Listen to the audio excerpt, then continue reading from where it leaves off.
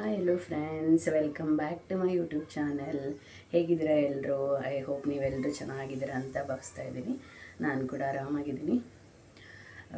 Welcome to my YouTube channel Ranjitha Kannada vlogs.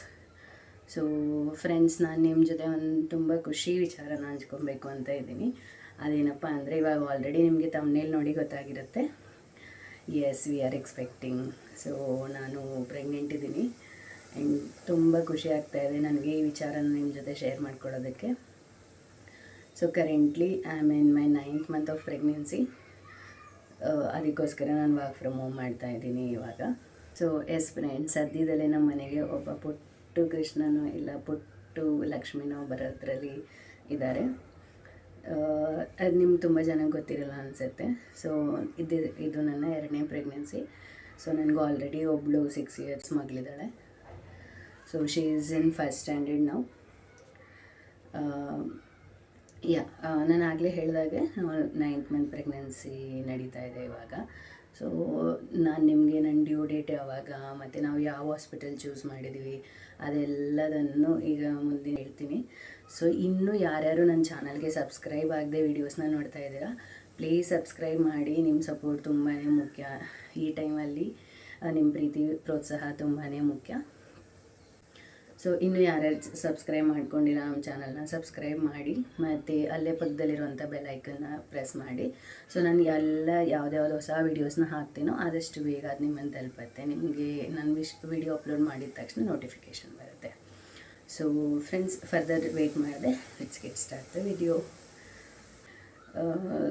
ನನ್ನ due date, ನನ್ನ scanning ಪ್ರಕಾರ ಡ್ಯೂ ಡೇಟ್ ಬಂದು 22nd August, which is next month. So ನಂದು first delivery ಬಂದು C section ಆಗಿದೆ. ಅದಕ್ಕೋಸ್ಕರ ಆ್ಯಕ್ಚುಲಿ ನಮ್ಮ ಗೈನಕಾಲಜಿಸ್ಟ್ ಸಜೆಸ್ಟ್ ಮಾಡಿದರು ಈ ಟೈಮ್ ನಾವು ಮತ್ತೆ ಬೇಕಿದ್ರೆ ನಾರ್ಮಲ್ ಡೆಲಿವ್ರಿ ಟ್ರೈ ಮಾಡ್ಬೋದಂತ. ಬಟ್ ನನಗೆ ಲಾಸ್ಟ್ ಟೈಮ್ ಪೇಯ್ನ ತಡ್ಕೊಂಡು ಅದು ಅನುಭವಿಸಿರೋದ್ರಿಂದ ಸೊ ನಾವು ಏನು ಮಾಡ್ತಾಯಿದ್ವಿ, ಎಲೆಕ್ಟಿವ್ ಸಿ ಸೆಕ್ಷನ್ನ ಆಪ್ಟ್ ಮಾಡ್ಕೊಂಡಿದ್ದೀವಿ. ಯಾಕಂದರೆ the pain is it is really hard to go through the pain. So ಅದಕ್ಕೋಸ್ಕರ ನಾವೇನು ಅಂದ್ಕೊಂಡಿದ್ದೀವಿ, ಫ್ಯಾಮಿಲಿ ಪ್ಲ್ಯಾನಿಂಗ್ ಪ್ಲಸ್ ಈ ಡೆಲಿವ್ರಿ ಎರಡೂ ಒಟ್ಟಿಗೆ ಆಗುತ್ತೆ ಅಂತೇಳಿ ನಾವು ಸಿ ಸೆಕ್ಷನ್ ಆಫ್ ಮಾಡ್ಕೊಂಡಿದ್ದೀವಿ. ಅದಕ್ಕೋಸ್ಕರ ನಂದು ಶೆಡ್ಯೂಲ್ ಡೆಲಿವರಿ ಡೇಟ್ ಬಂದು 16th August. ಪ್ಲೀಸ್ ಎಲ್ಲರೂ ಬ್ಲೆಸ್ ಮಾಡಿ ನನಗೆ, ಮಗುಗೆ ಏನೂ ತೊಂದರೆ ಇಲ್ಲ, ಆರಾಮಾಗಿ ನಾವೆಲ್ಲ ನಾರ್ಮಲಾಗಿ ಆಗಿ ಆರಾಮಾಗಿ ಮನೆಗೆ ಬರಲಿ ಅಂತ. ಏನಂದರೆ ನನಗೆ ಈ ಸರಿ ಒಂದು ಬಾಯ್ ಬೇಬಿ ಆಗಬೇಕಂತ ಇಷ್ಟ ಇದೆ. ಬಟ್ ಯಾವುದಾದ್ರೂ ಓಕೆ, ಯಾವುದಾದ್ರೂ ಮಕ್ಕಳಂದ್ರೇ ಖುಷಿ. ಬಾಯ್ ಆಗಲಿ ಗರ್ಲ್ ಆಗಲಿ ತುಂಬಾ ಚೆನ್ನಾಗಿರುತ್ತೆ. ಏನಂದರೆ ನನಗೆ ಆಲ್ರೆಡಿ ಒಬ್ಬಳು ಮಗಳಿರೋದ್ರಿಂದ ಈ ಬೇಬಿ ಬಾಯ್ ಆದರೆ ಚೆನ್ನಾಗಿರುತ್ತೆ. ಒಬ್ಬಳು ಮಗಳು ಫ್ಯಾಮಿಲಿ ಕಂಪ್ಲೀಟ್ ಅಂತ ಅನಿಸುತ್ತೆ. ಬಟ್ ಓಕೆ, ಆ ಥರ ತುಂಬ ಬಾಯ್ ಆಗಬೇಕಂತ ಏನು ಎಕ್ಸ್ಪೆಕ್ಟೇಷನ್ ಇಲ್ಲ. We are okay either ways, boy ಆಗಲಿ ಗರ್ಲ್ ಆಗಲಿ, it is our baby. And ಎರಡೂ ಬೇಬಿಗೂ ನಾವು ಸೇಮ್ ಪ್ರೀತಿನ ಕೊಟ್ಟು ಬೆಳೆಸ್ಬೇಕಂತ ಅಂದ್ಕೊಂಡಿದ್ದೀವಿ. ಸೊ ನಾನು ಡ್ಯೂ ಡೇಟ್ನ ಹೇಳಿದೆ, ಸಾರಿ ಏನೋ ಆಯಿತು, ಓಕೆ ಸರಿ ಸೊ ಡ್ಯೂ ಡೇಟ್ ಗೊತ್ತಾಯ್ತಲ್ವ, August 16th. ಮತ್ತು ನಾವು ಹಾಸ್ಪಿಟಲ್ ಚೂಸ್ ಮಾಡಿರೋದು ಮದರ್ಹುಡ್. ಯಾಕಂದ್ರೆ ನನ್ನ ಲಾಸ್ಟ್ ಡೆಲಿವರಿ ಕೂಡ ಅಲ್ಲೇ ಆಗಿತ್ತು. ಸೊ ಅಲ್ಲಿ ಫೆಸಿಲಿಟಿ ಎಲ್ಲ ತುಂಬ ಚೆನ್ನಾಗಿದೆ, NICU ಇದೆ. ಮತ್ತು ನನ್ನ ಗೈನಕಾಲಜಿಸ್ಟ್ ಯೂಶ್ವಲಿ Cloud9 ಮತ್ತು ಮದರ್ಹುಡ್ ಮತ್ತು ಇನ್ನೊಂದು 2 ಹಾಸ್ಪಿಟಲ್ ಜೊತೆ ಟೈಅಪ್ ಮಾಡಿದ್ದಾರೆ. ಸೊ ಇರೋದ್ರಲ್ಲಿ ನಮಗೆ ಮದರ್ಹುಡ್ ಬೆಸ್ಟ್ ಅಂತ ಅನ್ನಿಸ್ತು. ಅದಕ್ಕೆ ನಾನು ಹಾಸ್ಪಿಟಲ್ನೇ ಚೂಸ್ ಮಾಡಿದ್ದೀನಿ. ಸೊ ಸಿಮ್ಟಮ್ಸ್ ಅಂತ ಬಂದರೆ ನನಗೇನು ತುಂಬ ಡಿಫ್ರೆನ್ಸ್ ಇಲ್ಲ. ನಾರ್ಮಲಾಗಿ ಹೇಗಿದ್ದೀನೋ ಹಾಗೇ ಇದ್ದೀನಿ. ಸೊ ನಾ ಎಲ್ಲ ನ್ಯೂ ಮದರ್ಸ್ಗೆ ಏನು ಹೇಳೋದಂದರೆ, ತುಂಬ ಟೆನ್ಷನ್ ಮಾಡ್ಕೋಬೇಡಿ, ಆರಾಮಾಗಿರಿ, ಖುಷಿಯಾಗಿರಿ. ನೀವೆಷ್ಟು ಹೆಲ್ತಿಯಾಗಿ ಆರಾಮಾಗಿ ಖುಷಿಯಾಗಿರ್ತೀರೋ ಬೇಬಿ ಕೂಡ ಅಷ್ಟೇ ಖುಷಿಯಾಗಿರುತ್ತೆ, ಅಷ್ಟೇ ಆರೋಗ್ಯವಾಗಿರುತ್ತೆ. ಮತ್ತು ವೆಯ್ಟ್ ಗೇನ್ ಆಗ್ತಾಯಿದ್ದೀವಿ, ತುಂಬ ವೆಯ್ಟ್ ಗೇನ್ ಆಗಿಬಿಟ್ಟಿದ್ದೀವಿ ಅಂತೇಳಿ ತಲೆ ಕೆಡಿಸ್ಕೋಬೇಡಿ. ಯಾಕಂದರೆ ಇಟ್ ಈಸ್ ನಾರ್ಮಲ್. ಯಾರ್ಯಾರು ಪ್ರೆಗ್ನೆಂಟ್ ಇರ್ತಾರೋ ಆವಾಗ ವೆಯ್ಟ್ ಗೇನ್ ಆಗೋದೆಲ್ಲ ತುಂಬ common. It is just a weight. ನೀವು ಮತ್ತೆ ಡೆಲಿವರಿ ಆದಮೇಲೆ, ಬೇಬಿಗೆ ಒಂದು 6 months ಆದಮೇಲೆ ಸ್ವಲ್ಪ ಡಯಟ್ ಎಕ್ಸಸೈಸಸ್ ಎಲ್ಲ ಫಾಲೋ ಮಾಡಿ ವೆಯ್ಟ್ನ ರೆಡ್ಯೂಸ್ ಮಾಡ್ಕೋಬೋದು. ನನಗೂ ತುಂಬ ತಲೆನಲ್ಲಿ ಬರ್ತಾ ಇರುತ್ತೆ ಅವಾಗವಾಗ, ಅಯ್ಯೋ ನಾನು ಇಷ್ಟೊಂದು ವೆಯ್ಟ್ ಜಾಸ್ತಿ ಆಗಿಬಿಟ್ಟಿದ್ದೀನಿ ಅಂತ. But at the same time I will think other way also, because it's not simple. ನಾವು ಒಂದು ಪುಟ್ಟು ಜೀವನ ನಮ್ಮ ಒಳಗಡೆ ಕ್ಯಾರಿ ಮಾಡ್ತಾ ಇರ್ತೀವಿ. ಅದಕ್ಕೆ ಬೇಕಾಗಿರುವಂಥ ನ್ಯೂಟ್ರಿಯೆಂಟ್ಸು ಎಲ್ಲದನ್ನು ಕೂಡ ನಮ್ಮ ದೇಹನೇ ಸಪ್ಲೈ ಮಾಡ್ತಾ ಇರುತ್ತೆ. ಸೊ ವೆಯ್ಟ್ ಗೇನ್ ಆಗೋದು ಕಾಮನ್. ಇನ್ನು ತುಂಬ ತಲೆ ಕೆಡಿಸ್ಕೋಬೇಡಿ.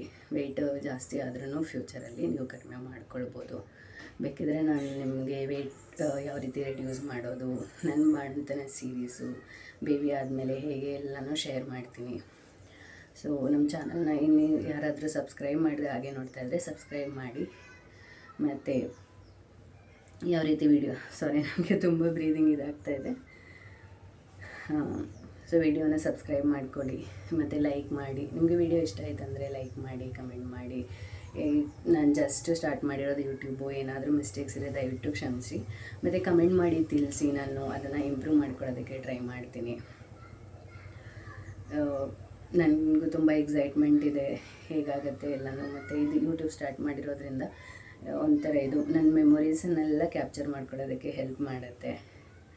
ಮತ್ತು ಯಾರ್ಯಾರು ಹೊಸದಾಗಿ ತಾಯಿ ಆಗ್ತಾ ಇದ್ದೀರೋ, ಹೊಸ ನ್ಯೂ ಮಾಮೆಸ್ ಇದ್ದೀರೋ ಅವ್ರಿಗೂ ಒಂದು ಹೆಲ್ಪ್ ಆಗುತ್ತೆ, ಒಂದು ಟಿಪ್ಸ್ ಕೊಟ್ಟಾಗತ್ತೆ ಅಂತೇಳಿ ನನ್ನ ಚಾನಲ್ ಸ್ಟಾರ್ಟ್ ಮಾಡಿರೋದು.